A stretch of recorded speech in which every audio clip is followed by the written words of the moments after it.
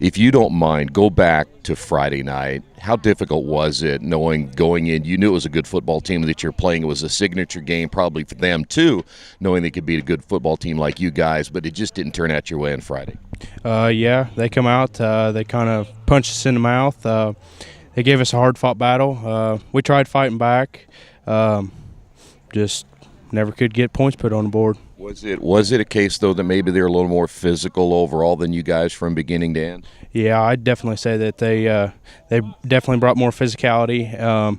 They were just a good football team all around. Were they maybe the most physical team you faced this season as a whole? Oh, yeah, by far, yes. Will you guys be able to use that somewhere down the road, and especially when the tournament rolls around, that, hey, you know what it's like to play a really big physical football team? Yes. I think we can use that down the road, sectional time. We can use that to our advantage. This week, I want to ask you, too, just before we get to this week, where are you guys at from a football standpoint? You had the tough loss to Union County. You had a non-conference loss now to Shenandoah. You're not used to losing, that's for sure. But where are you guys at in your mind? Are you guys getting close to being tournament ready and getting that run again in the tournament? Yeah, I feel like we're still doing some fine-tuning.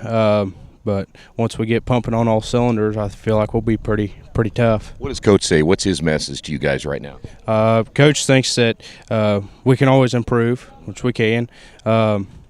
He wants us to see, he wants to see us beat everybody and be the best that we can be. So. This week will be a little bit different too. Now they just got done beating up on Tri, and they put 50 on the board, which I'm not surprised after watching them earlier this year. What is kind of the scouting report in this Winchester football team? Let's start first off. What do you see in that offense is really going to be hard to, if you don't play your keys right, they can make it a long day for you. Yeah, if one guy's off, then the whole team's off.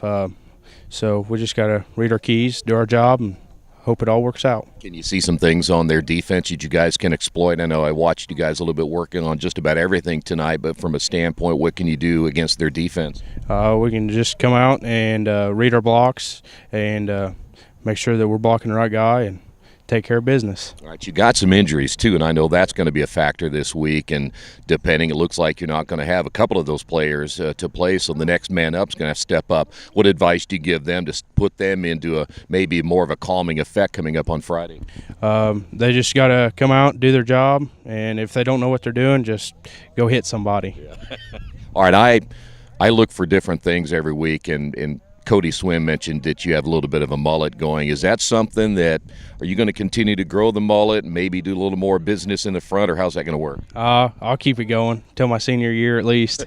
So. Well, is it going to, you going to cut it back a little bit in the front though, because it seems like it's not as business-like as it should be? Yeah, it was a lot longer. I cut it off a little bit.